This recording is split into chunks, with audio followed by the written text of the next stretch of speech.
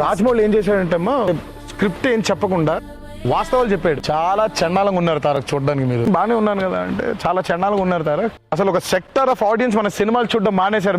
మీకు తెలుసా అన్నాడు. గుండె ఒకసారి పడిపోయింది కదా, ఇచ్చి బాబు ఇదేంటి ఇలా అన్నాడు అని. మీరు ఇలా లావుగా ఉంటే ఏం లాభం, సన్నబడాలి అని. I got my liposuction done. Is it so? Yeah, got my liposuction. Everyone knows about it. నేను చెప్పిన నేను ఏది దాచుకోను. చాలా మంది నా ఇదేంటంటే నేను తగ్గాలి. నేను ఎలా తగ్గితే నీకెందుకు? It's very painful. No, yeah, I mean, come on, everything is painful in life. It's wonderful. కానీ రాఖీలో మీరు చూడడానికి చాలా ఫ్యాట్ గా కనిపించారు. అక్కడ నుంచే కదండి మారిపోయాను.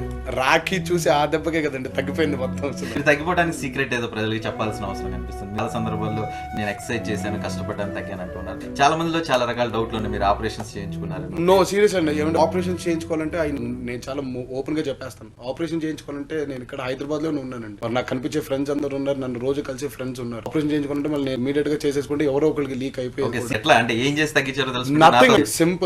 తిండి మానేయండి, తినడం మానేయండి.